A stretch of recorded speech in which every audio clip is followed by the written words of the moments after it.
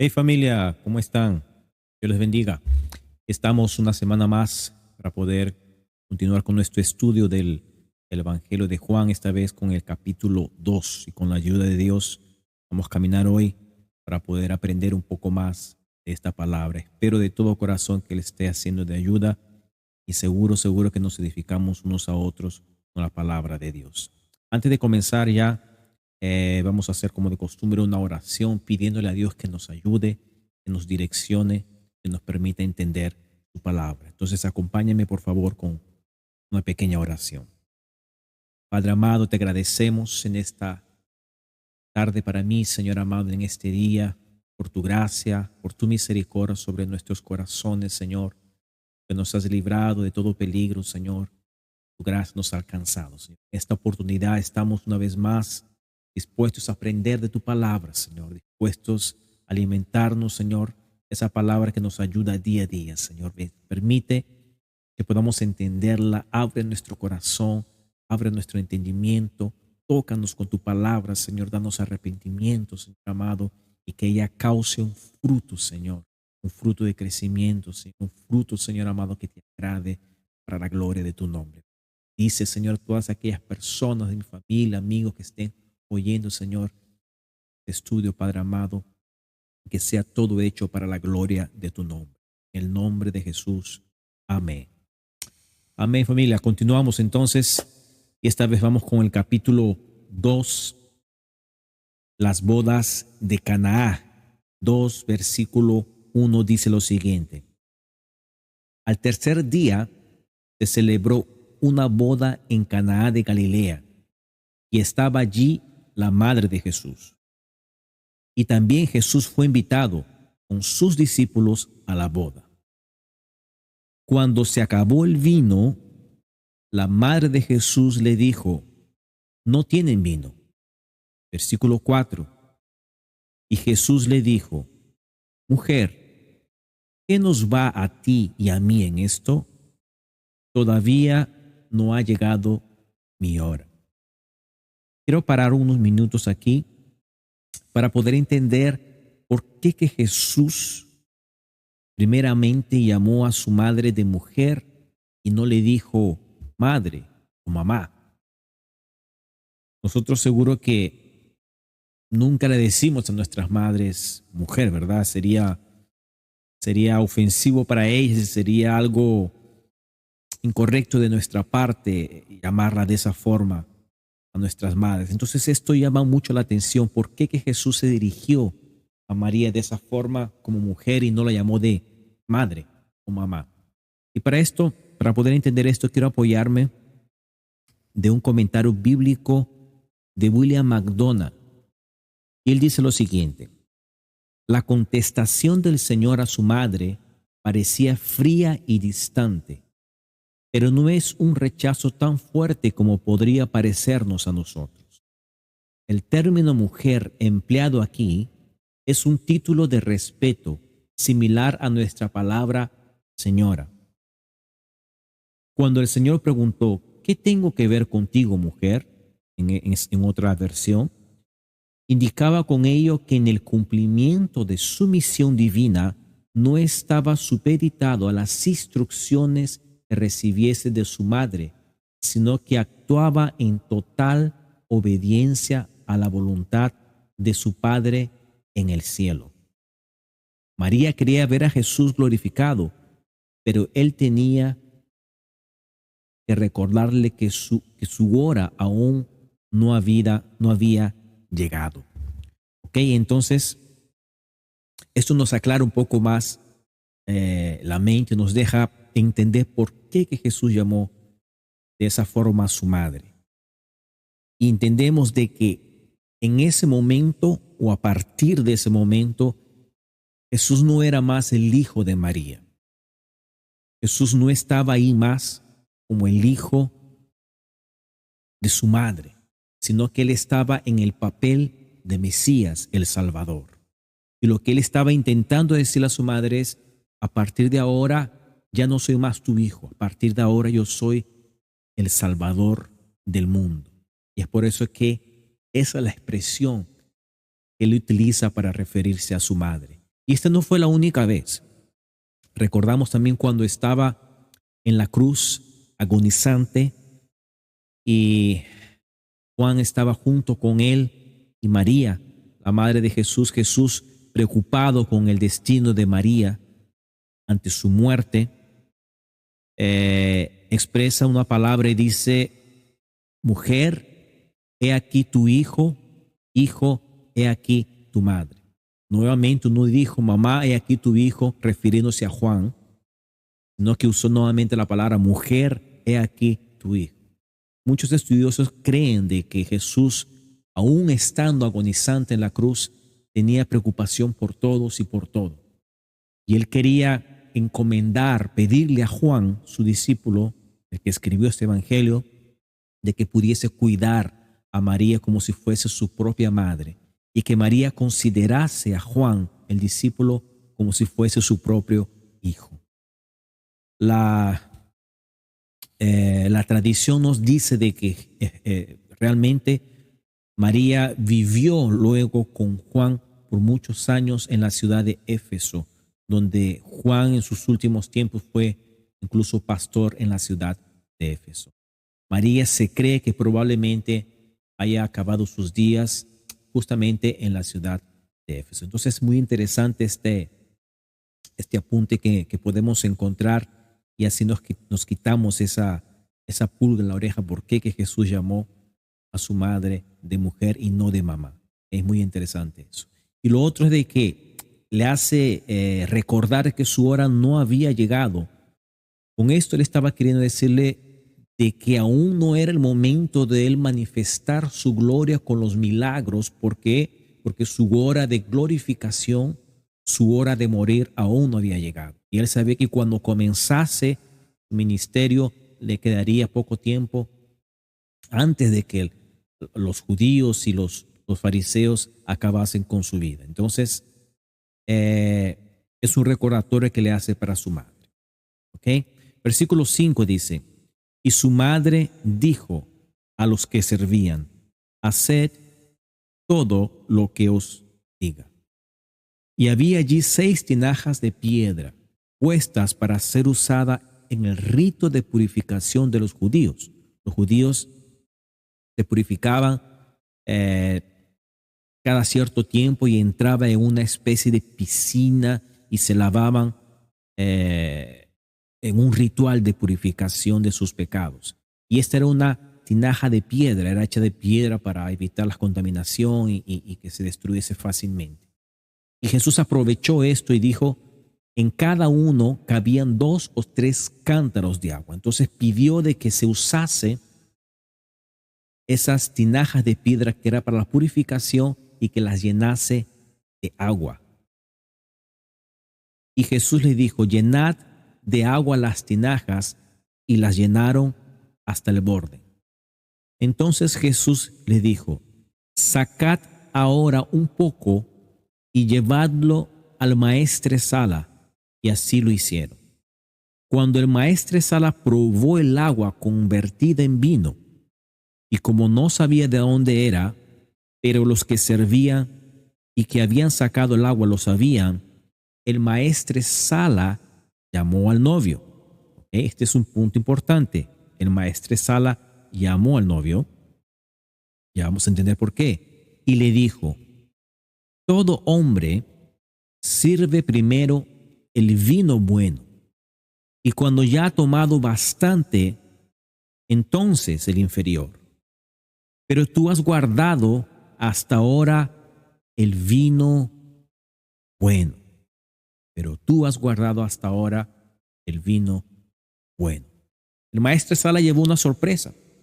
Se sorprendió porque en algún momento le trajeron un vino diferente del que se estaba sirviendo hasta ahora. Él comenzó a percibir de que ese vino era diferente, era un vino bueno, de una calidad máxima. Y la costumbre en aquella época era de que ese vino bueno se sirviese al comienzo y no al final. Y como el vino ya se había acabado, Jesús crió ese vino nuevo y fue servido al final para los invitados, porque ya se había acabado el otro vino. Entonces le llamó la atención al novio y le dijo, tú no puedes hacer esto, en pocas palabras, porque el vino nuevo se sirve primero, no es correcto hacerlo. Y eso lo dijo porque él no sabía que Jesús había transformado el agua en vino y pensó de que tal vez el novio estaba guardando el vino bueno para lo último y eso no era cortés para con sus invitados. Pero también quiero hacer un apunte aquí sobre el vino en la época de Jesús o en los tiempos bíblicos, porque mucho se ha dicho al respecto sobre este vino y ha habido alguna y otra polémica sobre este tema. Y quería que entendiésemos un poco cómo era el vino en esa época. ¿Será que el vino de esa época era igual al vino que nosotros conocemos hoy en día o será que era diferente? Esa es una pregunta que debemos de hacernos como estudiosos de la Biblia. Y es una pregunta importante porque muchos usan justamente esta parte de la Biblia u otras más donde se dice que se servía vino y se tomaba vino para poder, digamos que disculparse o para poder justificarse, mejor sería la palabra, y tomar tiempo en esto, tomar vino en estos tiempos. Pero quiero que entendamos lo siguiente. Y por favor, presten mucha atención porque es muy interesante. Lo que voy a decir lo estoy sacando de un estudio que hizo el pastor MacArthur y me pareció interesante para traerlo aquí en este estudio. Y es que el vino de la época bíblica, de la época de Jesús, era un vino completamente diferente al vino que se sirve hoy en nuestros días. Yo nunca he tomado vino en mi vida, pero lo que sé es de que el grado de alcohol del vino que se sirve hoy en día en nuestros días es aproximadamente entre un 9 y 11% de alcohol. ¿Ok? La cerveza parece que tiene un 4% y el vino tiene entre un 9 y 11% sin importar el tiempo que lleve añejando. Pero en los tiempos bíblicos, ese vino no era como el vino de hoy. Era completamente diferente. Y había más o menos, para no hacer muy larga la historia, algunos tipos de vino. Existía, por ejemplo, el vino que era mezclado con agua y con otras especies. El vino se usaba en el Antiguo Testamento o en los tiempos bíblicos porque no existía otra forma de poder hidratarse que sea duradera en el tiempo. El agua, por ejemplo, era escasa en aquellos lugares. Recordamos que estamos en un desierto y que en aquella época no tenemos las comodidades que tenemos hoy en día. Hoy basta con abrir el grifo del baño o de la cocina o abrir nuestra refrigeradora y encontramos agua a por doquier, principalmente en los países de Occidente. Sé que hay países donde la escasez es muchísima. Pero en nuestra realidad, en el contexto en el cual el público que me estoy dirigiendo probablemente no tenga tanta necesidad de agua. Pero en aquellos tiempos sí escaseaba muchísimo. Era un lugar donde no llovía tanto, era un lugar seco, desértico, y las personas tenían la necesidad de poder encontrar otras formas de poder hidratarse y sobre todo que también pudiese ser duradero, que no se malograse tan rápidamente y que no tuviese tantas bacterias que le hiciese daño a las personas. Sabemos que el agua contiene muchas bacterias si las recogemos de un lago, de un río, y el simple hecho de tomarlas puede causarnos una desintería o algo parecido. Entonces era necesario el vino en esa época. Entonces existían algunos tipos de vino. Ese que yo les menciono es conocido como el vino nuevo y es un vino que era mezclado en varias partes con agua y con diferentes otras especies. MacArthur dice que en su estudio él vio de que lo mínimo que se colocaba de agua por cada parte de vino era 3:1 y como máximo un 15:20:1. Me explico nuevamente. Una porción de vino y no mínimo 3 porciones de agua o hasta 20 porciones de agua mezclada con el vino. En pocas palabras, hacer un vino disuelto en agua en muchísimas más veces, lo que hacía de que el vino que era fermentado no embriagase a las personas realmente como nosotros pensamos que tal vez podría ser. El vino se fermenta rápidamente y se fermenta, es necesario que se fermente también para poder matar las bacterias. Y ese vino era disuelto con agua, como yo les decía. Entonces, para que una persona se embriagase, era necesario que tomase muchísimo o que se preparase un día específico para embriagarse y estar tomando ese vino por muchísimo tiempo, porque al estar tan diluido con agua, demoraba muchísimo para embriagar a las personas. Entonces, ese es un tipo de vino. Si hacemos las cuentas, 1:15, 1:10 o lo que sea, o 1:3, es completamente diferente al vino que se toma hoy. El grado de alcohol es muy, muy, muy poco. El otro tipo de vino era un vino que se deshidrataba, por así decirlo. Se hervía, se sacaba de la uva, y así que se sacaba de la uva antes de que comenzase a fermentar, se hervía ese vino hasta que se quitase, hasta que se desapareciese todo el agua, hasta que se quedase sin agua y quedaba como una especie de pasta de ese jugo de uva, algo pastoso, y eso se guardaba en pieles. Y esa mezcla o esa pasta duraba mucho tiempo, y al ser tan pura, a la hora de ellos tomaban una porción nuevamente de esa pasta concentrada y la mezclaban nuevamente con agua para poder transformarla nuevamente en líquido. Pero este tipo de bebida ya no era fermentada. Recordemos que antes de fermentarla se hervía para quitarle todo el agua y de esa forma evitaba que se fermentaba. Y después se mezclaba con agua para poder tomarla.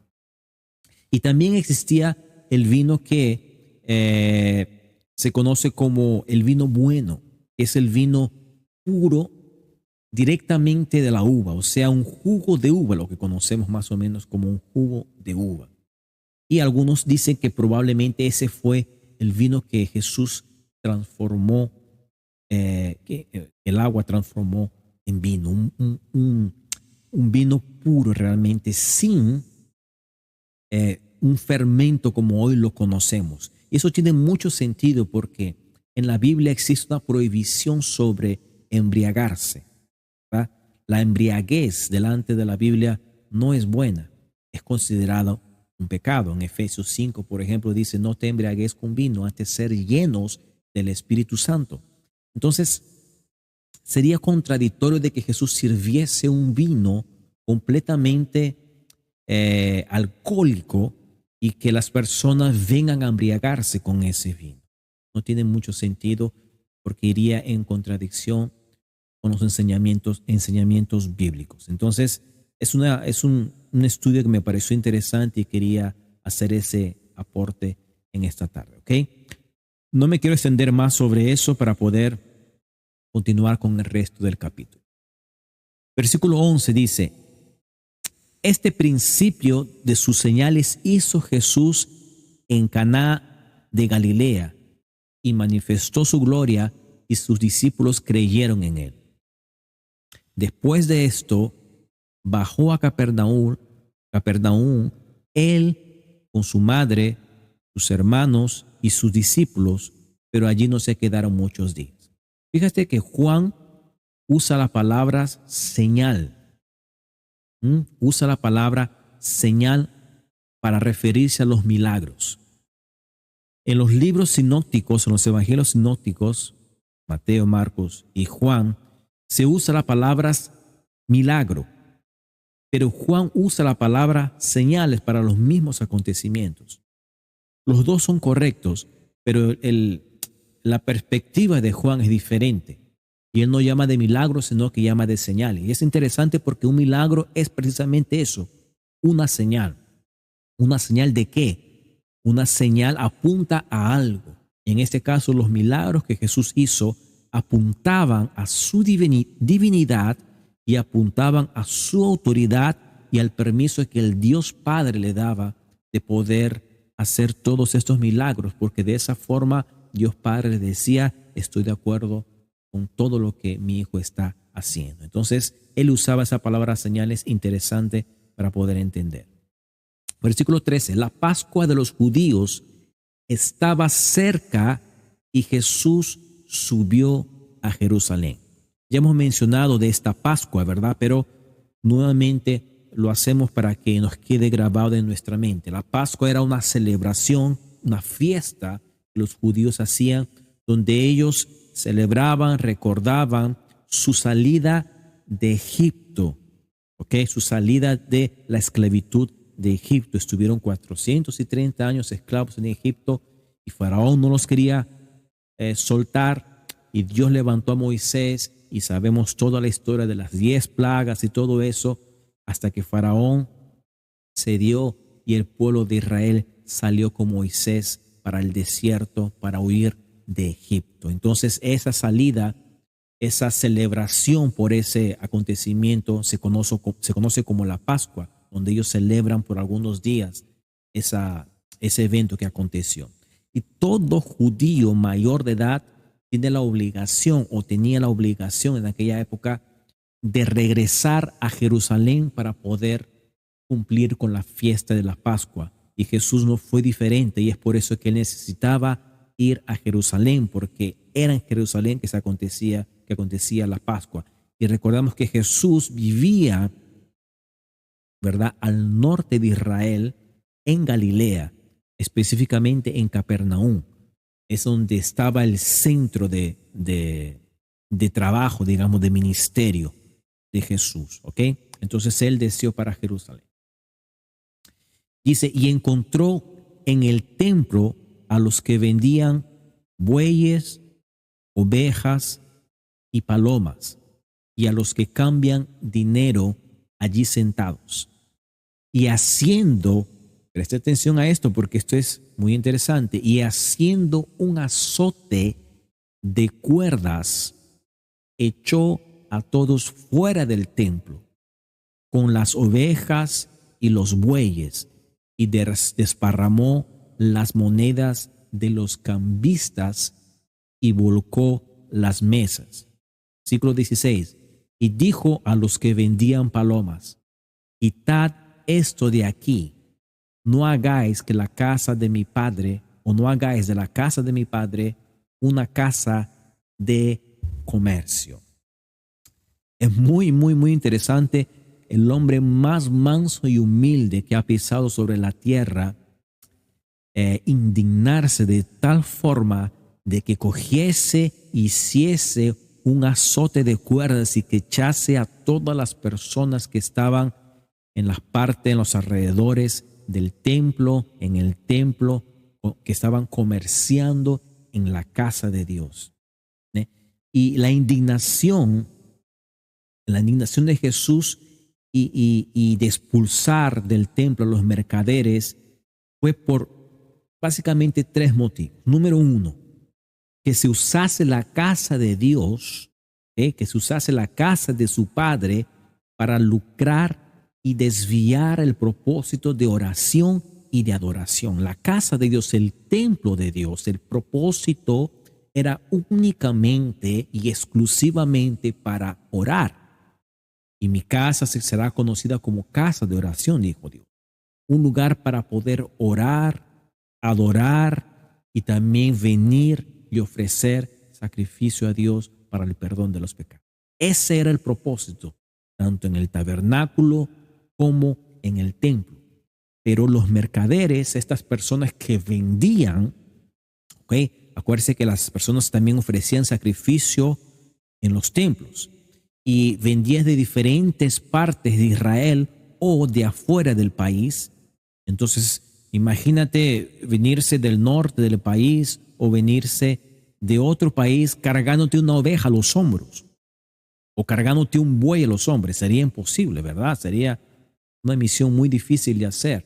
Entonces, lo que hacían las personas era traer dinero y comprar esos animales justamente en el templo o alrededor del templo.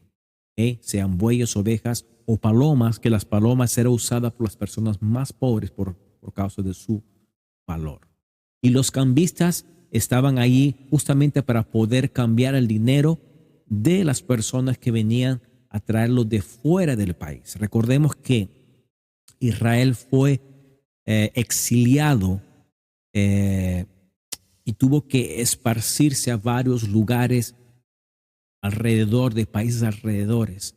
Y ellos tenían que regresar, como mencioné, para el día de la Pascua a Jerusalén. Entonces traían el dinero extranjero y para poder comprar los animales necesitaban cambiarlo. Entonces los cambistas lo que hacían era cambiar ese dinero y claro que cobraban una comisión no pequeña por esa transacción. Y en realidad se había vuelto un mercado la casa de Dios. Había vuelto un lugar donde se lucraba muchísimo. Y donde hay lucro, hay avaricia, hay pecado. Y ese negocio se esparce como la pólvora. ¿Sabes? Cuando ponen un negocito en el barrio y le va bien, ¿qué crees que va a pasar al mes siguiente o dentro de 3 meses? Es que va a salir muchas más personas queriendo hacer lo mismo, ¿va? Porque todos cuando ven a alguien que le está yendo bien, también quieren hacer lo mismo porque quieren hacer como esa persona. Entonces, existían muchas de estas personas negociando en la casa de Dios. Entonces, mucha gente no iba a la casa de Dios a orar, sino que iban únicamente para hacer comercio. Número 2, los líderes usaban el nombre de Dios para obtener beneficios propios. Nada pasaba en el templo que los líderes no supiesen. Y en el tiempo de Jesús existía una corrupción tremenda en el templo. El templo era gobernado por los fariseos y los saduceos, y ellos hacían y deshacían lo que querían en el templo, y el temor de Dios era lo último que tenían. Lo único que tenían eran apariencias. Y claro que muchos especulan sobre eso de que cobraban comisiones, extorsionaban a los comerciantes para poder también sacar una parte para ellos mismos. Entonces, en el nombre de Dios, que la casa es de Dios, ellos también lucraban y se aprovechaban de esa situación. Y número 3, que se explotase la fe de las personas, porque se cobraba a veces valores exagerados para que se pudiesen vender los animales para cambiar el dinero. Entonces, cuando las personas iban por buena fe para poder ofrecer sacrificio a Dios, para poder orar en la casa de Dios, ellos tenían que pagar a veces sumas elevadas para poder practicar su fe en la casa de Dios. Y eso irritó tremendamente a Jesús, al punto de que tuvo que purificar. Esto se conoce como la purificación del templo, y expulsarlos y echarlos y azotarlos, y realmente se embraveció muchísimo Jesús en ese momento, porque la casa de Dios, el celo por la casa de Dios lo consumía. Y hoy en día, infelizmente, no ha cambiado mucho en estos días. Seguro que si Jesús apareciese en carne y hueso nuevamente, tendría que ir a muchas iglesias de por ahí y expulsar nuevamente a muchos comerciantes que hay dentro de la iglesia.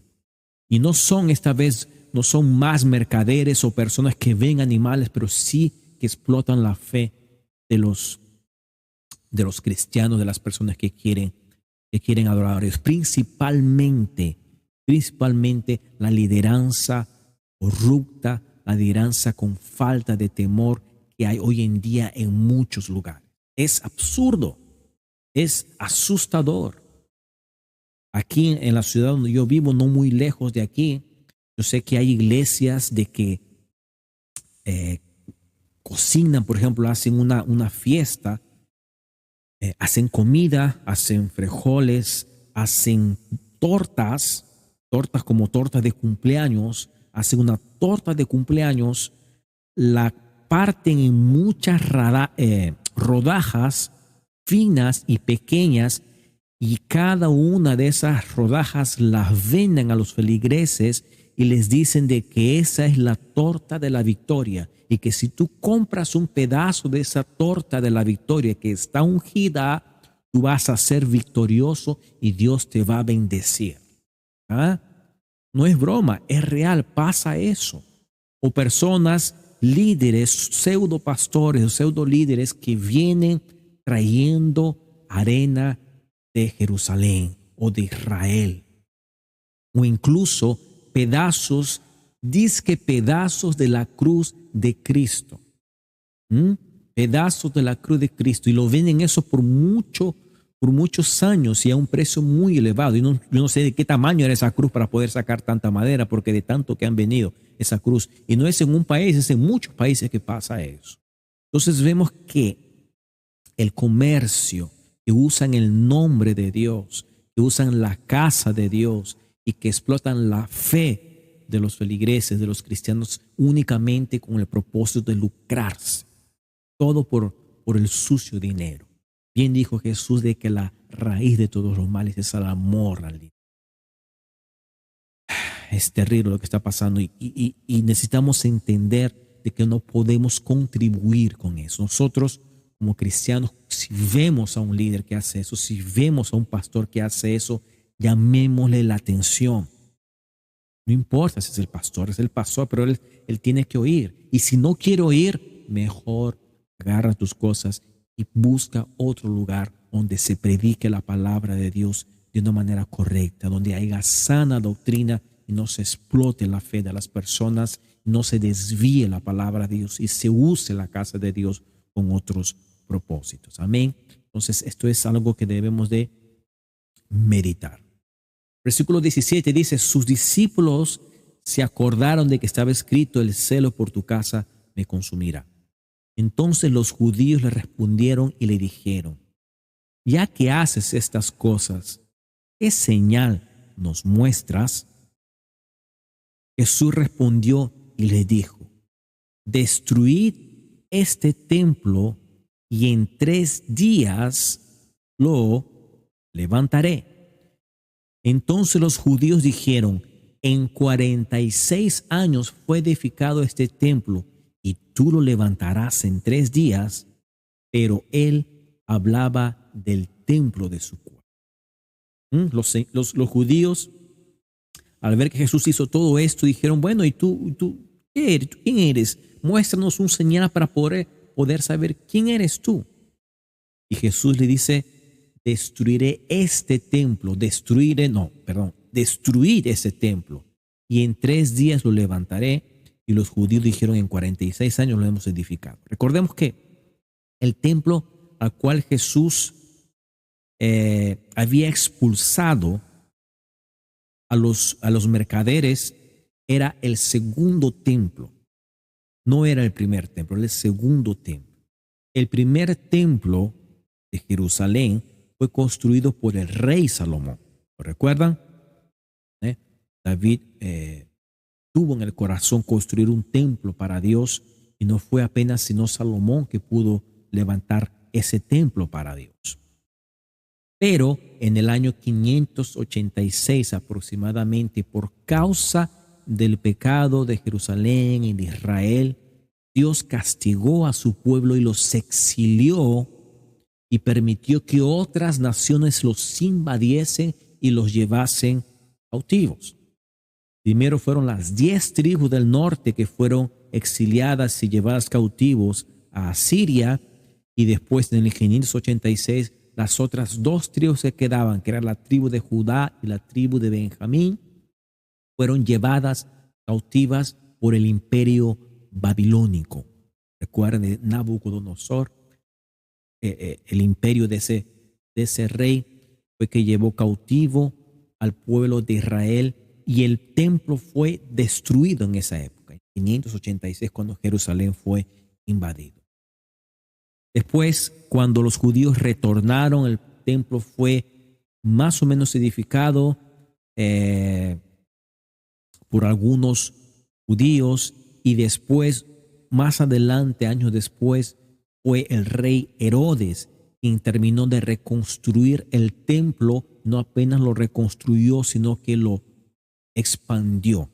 El rey Herodes, que quería agradar a los judíos, hizo eso tiempos posteriores. Incluso en la época de Jesús, el templo aún no estaba terminado, aún estaba siendo restaurado ese segundo templo que se reedificó. Incluso hasta la destrucción total de ese segundo templo.